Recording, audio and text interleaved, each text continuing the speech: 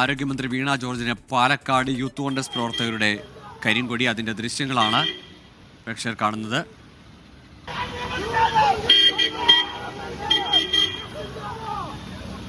പാലക്കാട് വെച്ചാണ് യൂത്ത് കോൺഗ്രസ് പ്രവർത്തകർ ആരോഗ്യമന്ത്രി കരിങ്കൊടി കാണിച്ചത്. ശ്രീജിത്ത് ശ്രീകുമാറുണ്ട്. ശ്രീജിത്ത്, രാത്രി വൈകിയും പ്രതിഷേധങ്ങൾ കരിങ്കൊടി തുടരുകയാണല്ലേ?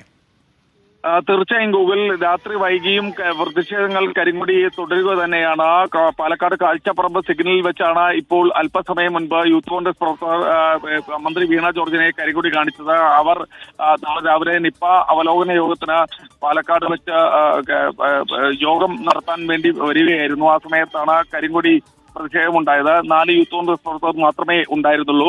എന്തായാലും ആ കരിങ്കൊടി പ്രതിഷേധം മറികടന്ന വീണ ജോർജ് അവർ പാലക്കാട്ടേക്ക് മടങ്ങിയിട്ടുണ്ട്. എന്തായാലും അല്പസമയം മുൻപാണ് ഈ പ്രതിഷേധം നടന്നത്. ശരി, ശ്രീകുമാരനാണ് വിവരങ്ങൾ നൽകിയത്.